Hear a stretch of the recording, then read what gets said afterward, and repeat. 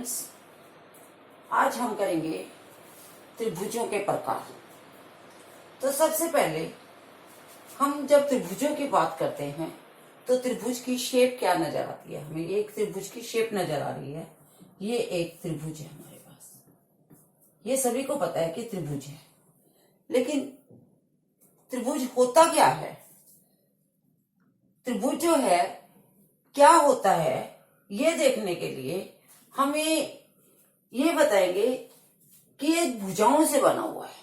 ये कोई टेढ़ी मेढ़ी रेखाओं से नहीं बना हुआ और ये बंद है। तो हमने इससे पहले ये पढ़ा था वक्र और बहुभुज।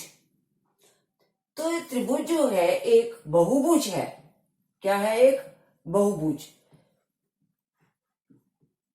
क्योंकि ये भी हमने 6th क्लास में पढ़ा था, कर्व, वक्र और बहुभुज, यानी कि पॉलीगन और कर्व।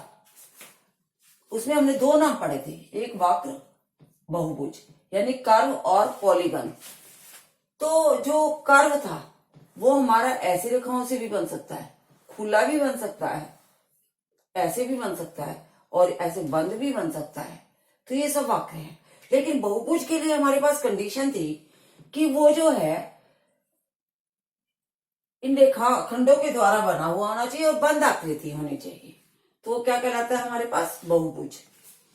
अब ये बहुभुज जो है, कम से कम इसके अंदर 3 भुजाएं होती हैं। 3 भुजाओं से बनी बंद आकृति जो होती है वो क्या कहलाती है? त्रिभुज। तो इस बहुभुज का जो कम से कम 3 भुजाएं होनी चाहिए उसका नाम रखा हमने त्रिभुज, जिसमें 4 होती है, चतुर्भुज 5 होती है, पंचभुज। लेकिन जो हम गिनती नहीं करते, 8 10 तक बोलते कि 10 भुज, 11 12 13 को क्या बोलते चलेंगे। तो बहुभुज सबका नाम है। तो हमने ये लिया ABC एक त्रिभुज है। ये 3 भुजाओं से बनी हुई एक बंद आकृति है। 3 रेखाखंडों से बनी हुई एक बंद आकृति है जो क्या कहलाती है? त्रिभुज। त्रिभुज में अब हमने जैसा कि नाम से ही बोला कि इसमें 3 शीर्ष बिंदु हैं, 3 तो बिंदु हैं। सबसे पहले कई बार ये छोटा सा प्रश्न कर लेते हैं कि इसमें कितने बिंदु हैं। तो इसमें कितने बिंदु आए हमारे पास? 3। रेखाखंड कितने आए?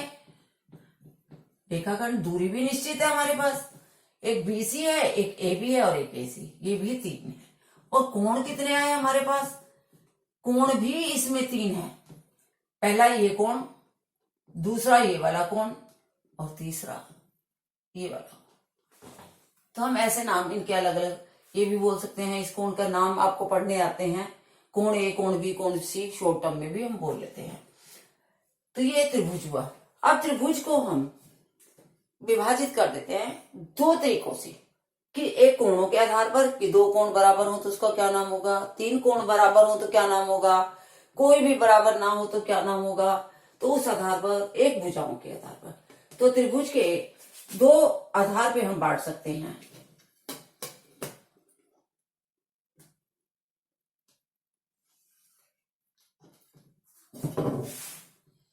पहला, भुजाओं के आधार पर, कि भुजाओं के आधार पर इसके क्या क्या नाम रखें। तो ये त्रिभुज है। त्रिभुज के 2 टाइप बनाएंगे हम, और दूसरा हम रखेंगे कोणों के आधार पर। उसमें हम कोणों की बात करेंगे सिर्फ, कि अगर न्यून, क्योंकि कोण हमें पता है तो न्यून होता है, अधिक होता है, समकोण होता है, उस टाइप से। तो भुजाओं के आधार पर, अब भुजाओं के आधार का क्या मतलब हुआ? तो भुजाओं के आधार पर जो त्रिभुज होते हैं वो 3 प्रकार से बढ़ते हैं। एक तो ये होता है कंडीशन कि तीनों भुजाएं बराबर भी हो सकती हैं। तीनों भुजाएं बराबर हो सकती हैं, तीनों भुजाएं बराबर हो तो उसका क्या नाम रखेंगे जब तीनों भुजाएं बराबर। और एक ये हो सकता है कि 2 ही भुजाएं बराबर हो। कि कंडीशन देखो आप क्या क्या हो सकते हैं, तीनों भुजाएं बराबर हो, 2 भुजाएं बराबर हो, और एक ये हो सकता है कि कोई भी बराबर ना हो। कोई भी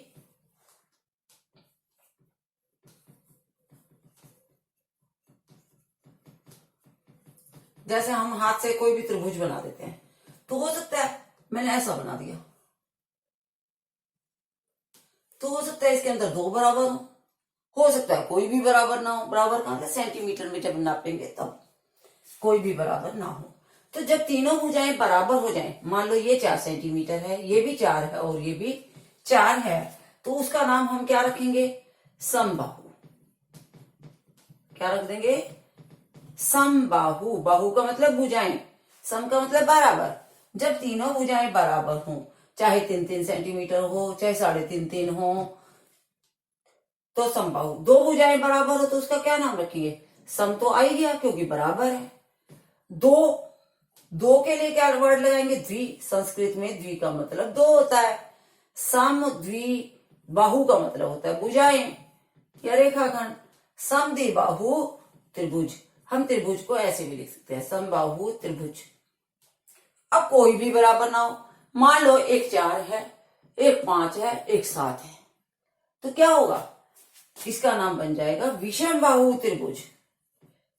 कि सम का अपोजिट क्या होता है, विषम। विषम बाहु त्रिभुज। तो ये हमारे पास 3 टाइप बन गई। अब आपसे क्वेश्चन अलग अलग किए जाएंगे, वो मैं तुमसे भी इनसे के आधार पे क्वेश्चन भी पूछूंगी। अभी मैं कर रही हूँ कोणों के आधार पर।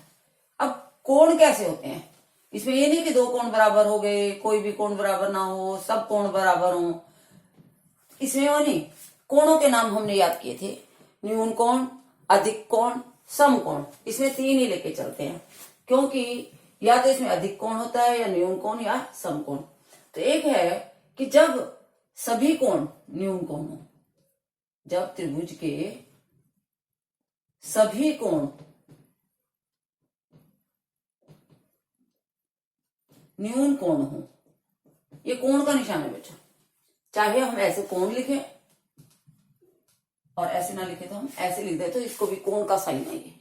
जब त्रिभुज के सभी कोण न्यून हो तो उसे क्या कहेंगे, न्यून कोण त्रिभुज। न्यून कोण त्रिभुज क्या कहेंगे, न्यून कोण त्रिभुज। पूरा भी लिख सकते हो आप, न्यून कोण त्रिभुज।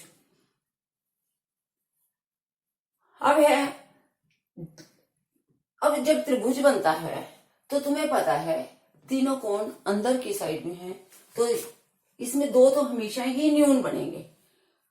अब है जब त्रिभुज के दो न्यून कोण हो, अब देखो जो 3 थे, 3 को 2 में ले आएंगे, 2 न्यून कोण हो, लेकिन एक कोण समकोण हो। क्या हो, समकोण। तो इसका चित्र किस टाइप का बन जाएगा, मैं यहाँ पे चित्र बना के बताती हूँ आपको। इसको मैं रब कर रही हूँ।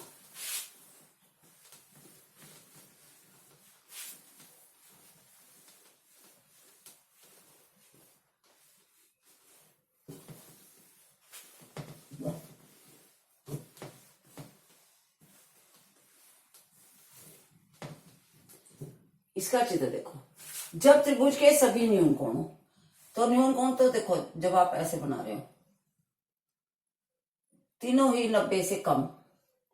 मान लो एक 60 है, एक मेरे पास 70 है और एक 50 है, तो आपको दिखाई दे रहा है कि तीनों के तीनों कोण जो है 90 से कम है। तो ये कैसा त्रिभुज कहलाएगा, न्यून कोण त्रिभुज। न्यून कोण त्रिभुज। अब जो दूसरा मैं बना रही हूं, जब त्रिभुज के दोनों ही न्यून कोण हो लेकिन एक कोण समकोण हो। समकोण आपको पता है बेटे, जब आपने समकोण बना लिया तो 2 रेखाएं तो आई गई हमारे पास, इसको मिला दो तो ये कोण कैसा बन गया, समकोण। जब ये एक समकोण है तो 2 न्यून कोण ही होते हैं हमेशा, तो ये कैसा बन गया, समकोण त्रिभुज। तो ये दूसरी टाइप होगी, ये पहली न्यून कोण की होगी, ये दूसरी समकोण की होगी। तीसरा क्या बनेगा, जब एक कोण अधिक कोण। अधिक के लिए आप पहले अधिक कोण बना लो कोई भी। ये कोण अधिक बन गया, कोण बनते ही हम भुजाओं को जोड़ देंगे। जब भुजाओं को जोड़ेंगे तो 2 कोण तो न्यून ही बनेंगे हमेशा। ये कैसा कोण है, 90 से ज्यादा। तो जब त्रिभुज में एक कोण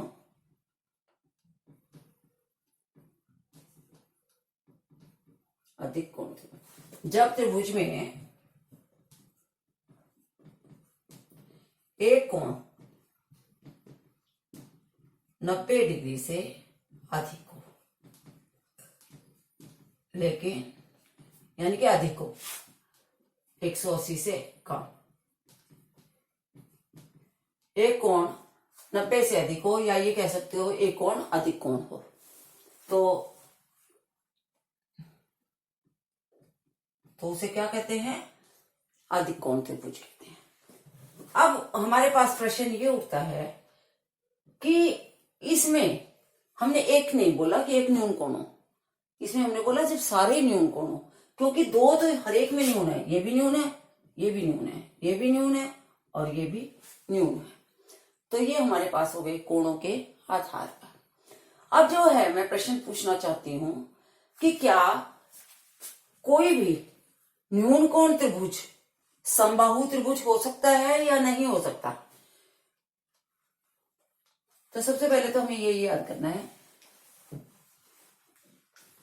अब न्यून कोण तो है ये, लेकिन न्यून कोण के साथ अगर हमारे पास तीनों भुजाएं भी बराबर आ जाए तो उसको हम समबाहु भी कह सकते हैं। जब तीनों ही कोण बराबर आ जाए, जब त्रिभुज के तीनों कोण बराबर आ गए, जब बराबर आ गए तो भुजाएं ऑटोमेटिकली बराबर आ जाएंगी, तीनों 60-60 के आ गए, तो भुजाएं जो है ऑटोमेटिकली ही क्या होगा, क्या बन जाएंगी? तीनों भुजाएं भी बराबर होंगी। जिस त्रिभुज के तीनों कोण बराबर हों तो उसकी तीनों भुजाएं भी बराबर होती हैं, अगर तीनों कोण बराबर हों।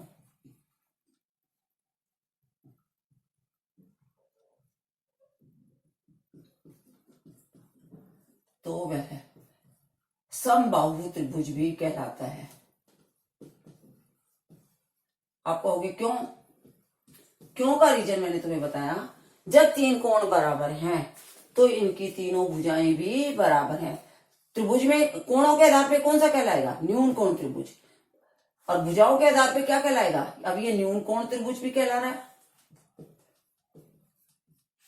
और समबाहु भी कहला रहा है। समबाहु क्यों कहला रहा है? अब ये जो है ये क्या कहला रहा है? ये हमारा न्यून कोण त्रिभुज कहला रहा है, लेकिन समबाहु नहीं कहला रहा। क्यों नहीं कहला रहा? क्योंकि इसमें तीनों कोण अलग अलग हैं। तो जब तीनों कोण भी बराबर होते हैं तब भी वो समबाहु कहलाता है, जब तीनों भुजाएं बराबर हो तब भी वो समबाहु ही कहलाता है। इसी तरह हमारे पास आता है कि अगर कोई ऐसा त्रिभुज बना हुआ है, इसके अंदर दो कोण मेरे पास आ गए 70 और 70, और ये आ गया मेरे पास 40। अब बताओ ये कैसा त्रिभुज है? देखो पहला तो आप कहोगे न्यून कोण त्रिभुज है, कोणों के आधार पर आप कौन सा बोलोगे इसे? न्यून कोण। क्यों बोला आपने न्यून कोण इसे? क्योंकि तीनों ही कोण जो है न्यून है, इसीलिए आपने न्यून कोण बोला। अब मैं ये देखना चाह रही हूं कि क्या ये समबाहु है? यही वाला नहीं है। क्यों? क्योंकि तीनों कोण बराबर तो है नहीं। जब तीनों कोण बराबर नहीं है तो तीनों भुजाएं भी बराबर नहीं है, तो इसका मतलब ये समबाहु नहीं है। लेकिन इसमें दो कोण बराबर है। क्या है? इसमें दो कोण बराबर है, तो ये क्या कहलाएगा? समद्विबाहु त्रिभुज।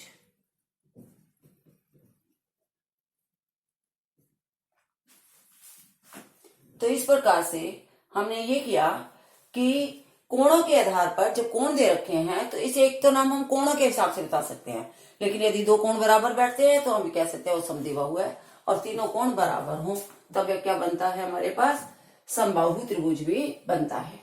अब हमारे पास अगर ऐसा बन गया जाता है, अब कोई कहे बताओ ये जो है कैसा है? इसमें तो कोण की बात हुई है कि कोण 90 दिखाई दे रहा है, तो कैसा त्रिभुज हुआ ये? समकोण त्रिभुज। कैसा हुआ ये? समकोण त्रिभुज। लेकिन भुजाओं के आधार पर कैसा है ये? भुजाओं के आधार पर अभी हम कुछ नहीं कह सकते, क्योंकि हमें कोई भुजा नहीं दी गई। तो ये बड़ी भी हो सकती है, ये छोटी भी हो सकती है हमारे पास। अगर ये लिख दे ये 4 और ये 4, फिर हमारे पास बन गई कि दो भुजाएं बराबर है, तो दो समकोण भी है और समद्विबाहु भी है। तो हम क्या बोलेंगे? समकोण समद्विबाहु त्रिभुज। फिर हम इसका एक नाम ऐसे भी बोल सकते हैं, समकोण समद्विबाहु त्रिभुज। तो ये हमारे पास एक त्रिभुजों के प्रकार की वीडियो है, जिसमें हमारे पास विभिन्न प्रकार के त्रिभुज बन के आएंगे और उसमें ऑप्शन आ जाएंगे हमारे पास कि बताओ ये कैसा है, ये कैसा है, इसका क्या नाम है। जैसे हमारे पास ये बन के आ गया। अभी मैं आपसे पूछ रही हूँ, ये 5, ये 6 और ये 8, ये लिख के आ गया। बताओ कैसा त्रिभुज है। तो इसमें तो भुजाएं लिखी हैं, कोण की बात ही नहीं लिखी है। तो हम भुजाओं के आधार पे पहले सोचेंगे। हमें दिखाई दे रहा है तीनों भुजाएं अलग अलग हैं, इसीलिए इसका नाम क्या बन गया, विषमबाहु त्रिभुज। विषमबाहु त्रिभुज। अब हमारे पास एक चित्र ऐसा बना के दे देंगे,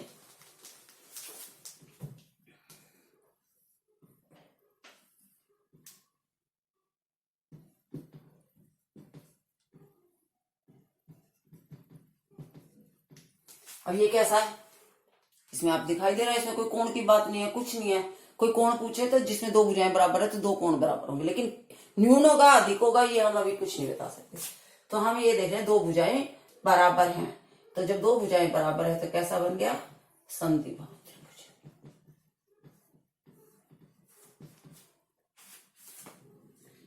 अगर ऐसे बन के आ जाए 3,